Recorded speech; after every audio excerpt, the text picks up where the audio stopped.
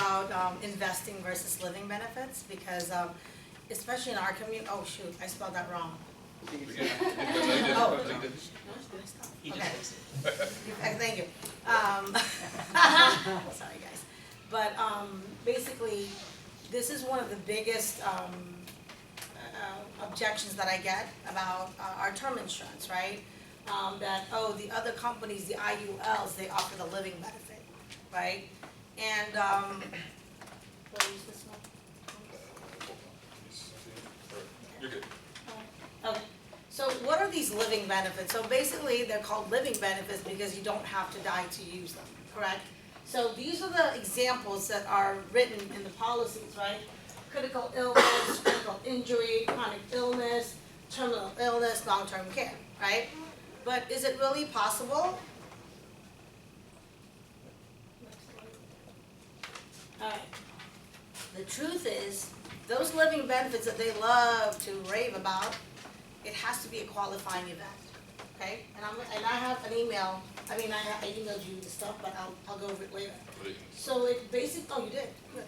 It basically means that for that particular critical illness, like let's say stroke, cancer, it has to qualify of what caused that particular disease. And because I'm in the medical field, the ones that the exclusions are the ones that are most common for that particular disease, right? Number two, if at any given time they accelerate or they take the money out from the insurance, which is almost, it's really crazy for them to qualify for the living benefit. The other riders will be either decreased or it will be completely eliminated, okay? Means to say, let's say they did qualify technically, right? If let's say it was 200,000, right? That's a death benefit. Let's say they got 70,000. Later on, upon death, either the beneficiaries will not get any money or will get just a fraction of the money, okay? Number three, it also decreases the eligibility for public assistance programs, which means to say that if they were to, let's qualify, they got that money, if they were qualified for like supplemental security income, Medicaid, or what have you, they will eliminate their eligibility, right? And I know this for a fact because I did get a phone call, and ironically, her husband actually was in the business selling IULs, right? And when I explained to her how term works and all that, she said, that was never explained to us. So I'm saying that because a lot of the people that sell these IULs, they're not given the full picture. Mm-hmm. They're not very transparent. They don't understand what they're selling. They only go by the scripts. Mm-hmm. And coming from somebody whose husband was in the business tells me that, you know, I got a call because apparently she had accelerated like $50,000 from the life insurance policy, okay?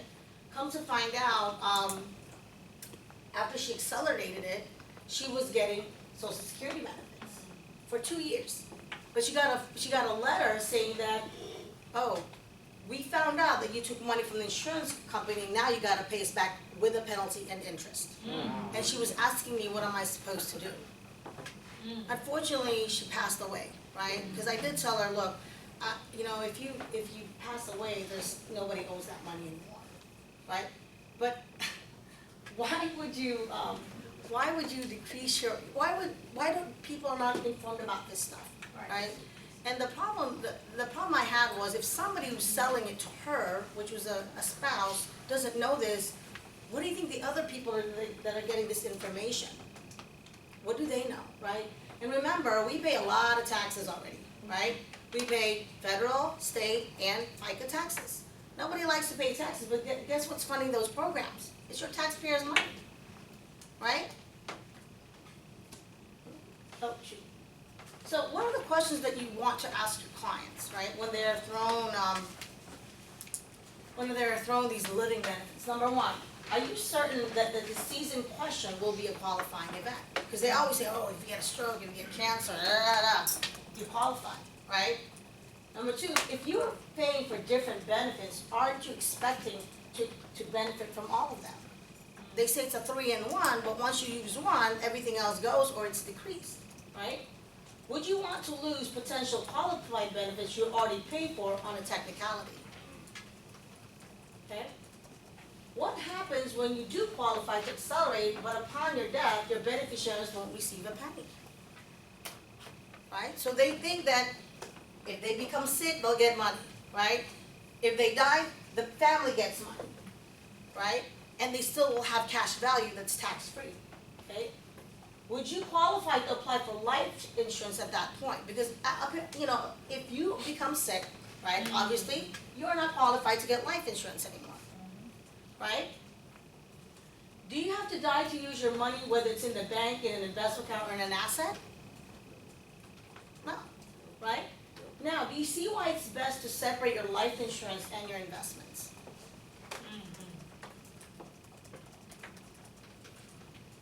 With that being said, because we are in the business of what, emphasizing that term is term insurance is all you need. You pay less to get a lot more coverage. With IULs and cash value, you pay a lot more to get less coverage. How stupid is that? Right? So I always emphasize that you always have to have different types of investment accounts, which are number one, for emergencies, right? And this is, liquid money, meaning it has to be available at any given time. And you want at least 6 months worth of your monthly expenses. So if somebody says, Mr. and Mrs. Client, if I ask Mr. and Mrs. Client, how much are your monthly expenses based on needs and wants, right? And they'll write it down, they'll say, we spend like $4,000. Okay, then you should build up to $24,000 worth of your expenses so that in case of an emergency, you have somewhere to pull from, right? Number two, you want some short-term investment accounts also. These are short-term needs, right? If I'm talking to somebody and they say, you know what, I plan to buy a house in the next 3 years, then you need some type of investment account for that down payment on a home, right? Unless you're a veteran, right, or in the military, then the requirement is at least 3.5% or 3% at the minimum down payment to buy a house, right? Or perhaps, like if I'm going to Bora Bora in the next 10 months, I need like money to pay for that, right? All right. Long-term investment accounts, these are where your retirement accounts are. These are the qualified accounts, right? Because again, you have all of these different types of accounts to address the different needs when it comes to your investments. Does that make sense? So we always want to emphasize the different concepts. Number one is compound interest, right? Where when you invest money, the interest that it makes is also growing, right? And I always ask my clients when I get to this slide on the QA, why do you invest money, right? And they'll always say, well, I want to make money. I said, okay, fair enough, right? That is the purpose of investing money. And then I even go further by saying, so what if you put all this money just to find out it's gone, it's a lot less? They'll be like, oh, that's not cool. I said, well, that's what usually happens in these cash value policies, right? Rule of 72, emphasize that, right? Rule of 72 just means that when you invest money, it's an economic formula that determines how fast your money will double depending on where it's invested, right? And as Tia and Peter alluded to earlier, if you keep your money in the bank, it's really not going to grow, right? And if it doesn't grow, it's not really keeping up with inflation, right? Because sometimes people feel safe in the bank because they think that their money can be accessible at any time. But they don't know that, if like he was, one of the trainings Samir said is a great example is by, like people love Chipotle, like most people. How much was a Chipotle bowl like, 2 years ago? It was like $6.99, $7.99. How much is a Chipotle bowl right now? So that's a lot of money, right? So for me, it's like, okay, that makes a lot of sense. It's more relatable to people, right? So it means to say that if your money is in the bank and it's not growing, even though you feel like you're not losing money, you're losing the buying power of your money. Because everything is too high, right? And you still have to kind of make more money just to afford stuff, right? And then I always say time is the biggest eliminator of risk, right? I always emphasize this, okay? And that kind of goes hand in hand with time in the market versus timing the market. And the most people that buy those IULs, living benefits, the biggest concept, right, that they don't understand any of this, but what they are being taught is that when you invest in the market goes down, you're going to lose all your money. So they really, they really instill fear to invest your money so that they will actually invest the money into the cash value policies, right? All right, so I have time, right? Some time? Yeah. All right, so this is a natural policy, and I don't know if you can see it, but right there, an accelerated benefit can be elected under this rider only if the insured experiences a critical illness qualifying event. Now, mind you, qualifying event is right there, okay? If somebody gives you a 200-page policy, how many pages are clients going to read? They're already like cross-eyed in the first page, right? All right, so as you can see, if you go up, Thomas, where it says cancer, so now they say, oh, you know what? They told me if I have cancer. However, what they don't tell them, it has to be metastatic because it has already spread. Okay? So if you look here, there always are exclusions, right? I'm not going to go over them, but just make sure that when you see clients that are telling you that, oh, I'm covered with cancer, can you please make sure you read the fine print of what type of cancer is actually covered? Okay? Heart attack. No benefit will be payable under this condition for other acute coronary syndromes, including but not limited to angina. I'm in medical field. Angina is chest pain. 99.99% of people that present to the ER with a heart attack has chest pain prior. Wow. Motor neuron disease. There must be permanent clinical impairment, so it can't be reversible. Now you're getting some medical training here. Stroke. Is it up? Go up. Oh, shoot. Up over here it says stroke, so that's the disease, but then these are all the exclusions. It specifies it, TIA, this is like a mini stroke, right? Intracerebral vascular events due to trauma. So if somebody had a stroke because they were knocked down, right, that's not included. Lacunar infarcts do not meet the definition of stroke as described above. Asymptomatic silent stroke found in imaging. So if imaging says they had a stroke but they're not symptomatic, it doesn't qualify either. Sudden cardiac arrest. No benefit will be payable for insertion of a pacemaker, a defibrillator, or cardiac arrest due to the use of drugs or alcohol. Okay? This is my favorite one. Coma. It will not be payable if it is a medically induced coma. Most comas are medically induced. Why? Because if they have increased intracranial pressure, they have to be put to sleep. Most of them are medically induced. Very seldomly is it not. Also cannot be directly from the use of drugs or alcohol. Right? Traumatic brain injury, another favorite one. It's excluded, mild, but it can also be due to repetitive head trauma. So where is the, what's in between? What is repetitive and what is mild? Oh, that's funny. Okay? Traumatic brain injury which results directly from intentional self-inflicted injury. Okay? Now, what did I say earlier? The use of one benefit may reduce or eliminate other policy and rider benefits. Very clear. Now, it's funny because, if you scroll up, Thomas, they'll say, oh, accelerated benefits, so all of that is listed. Cash value accumulation, all of that, like, oh, at age 100, I'll have 319,000. You'll be dead by then, probably. Oh my God. But here's the funny part. Go scroll up. Benefits and values are not guaranteed. Do you know how many times I see this on the policy? Yep. Almost every damn page. Yep. Fine print, right? This is why I read policies from front to back. I spend a lot of time, but guess what? All that objection they're going to throw at me, I'm going to throw right back.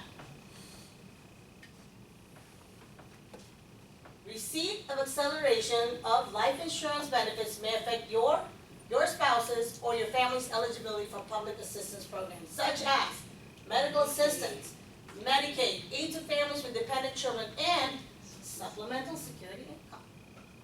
Right there. It's all in the damn policy. You gotta read it, you gotta know which pages to look at. Take your time to read your policies, right? Now, this is a real example of a client that was referred to me, okay? She's not my client, but she was referred to me by one of the agents that I had, okay? So her husband was diagnosed with cancer, nasopharyngeal cancer. It took them at least 4 months to respond, right? And when they finally responded, this is the option that she had. Now, if you scroll up, do I still have time, Samir? Yeah. You see how the death benefit says 50,000? Okay, now, he is a little bit older, right? But you see how it says the annual premium is $20.40? That's $170 a month for $50,000 death benefit. Wow. Okay? So finally, they were given two options. The first option is, they will pay her out right there. Accelerated amount is $17,160, right? She will get the 17 out of, but what happens at the death benefit? 0. Cash value, 0. So what happened to the 33,000? Right? Okay, let's look at option B. You see the other one? The second option was they would accelerate $8,400, right? Sorry, Thomas. And then they still have to continue paying $170 a month. And upon death, what happens? Only $25,000 is given to the beneficiary. The problem I have with that is, if they don't, well, first of all, they decrease the benefits, right? If I pay for $50,000, why the hell am I only getting partial? Or why is my family only gonna get part of that, or not gonna get anything at all? The other issue I have is that second, the second example, which is not on here, if the client actually, there it is, right, acceleration, sorry, 8455, right? Then at death, 25,000. Where's the other almost 17,000? So this, everything that I have proves everything that I've said already. Right? Now, here's the kicker. They continue to pay 2040, but we all know that in index universal life insurance policies, the cost of the insurance goes up. So if this client were not to pass away in the next 7 years from that point that I was talking to him, all of that is gone, because the policy would have lapsed anyways. Any questions? I was going back to the investing for emergency fund and all that earlier. What account is open for like a short term? So they could do like mutual funds, but more on dividend incomes, right? Or some dividend income, or, sometimes they can just open a high yield savings, CDs, right? But, we don't do any of that stuff. But if they're open to, a mutual fund with us, then I'll do like, balanced income, because I usually use American funds, so mostly dividend incomes, yes. Are we gonna get a copy of the presentation? Yeah, we posted in the chat so you guys have it. So what would be a good clear distinction between like short-term versus long-term? Like what would be a good time frame that you would probably say would be a good comparison between the two? So short-term accounts are usually, if they have no plans of touching the money for like 2 years, 2 to 5 years, right? Long-term is more 5 years and above. Okay, Okay. that makes sense. Okay, and with the retirement accounts, with the long-term, I actually, emphasize that, look, if you have enough money to fund, your qualified accounts and, long-term accounts that are not tied to the, to your retirement, like my son, he puts $250 a week into, cause he's already maxed his 401, he's maxed his Roth, and every week he puts $250 a week into his investment account that's not tied to the retirement. Now, granting, that's making like about 8%, because it's not like super aggressive, but it's doing more than his high yield, which is only like 4.35%. Okay? Monkey see, monkey do. All right, thank you so much.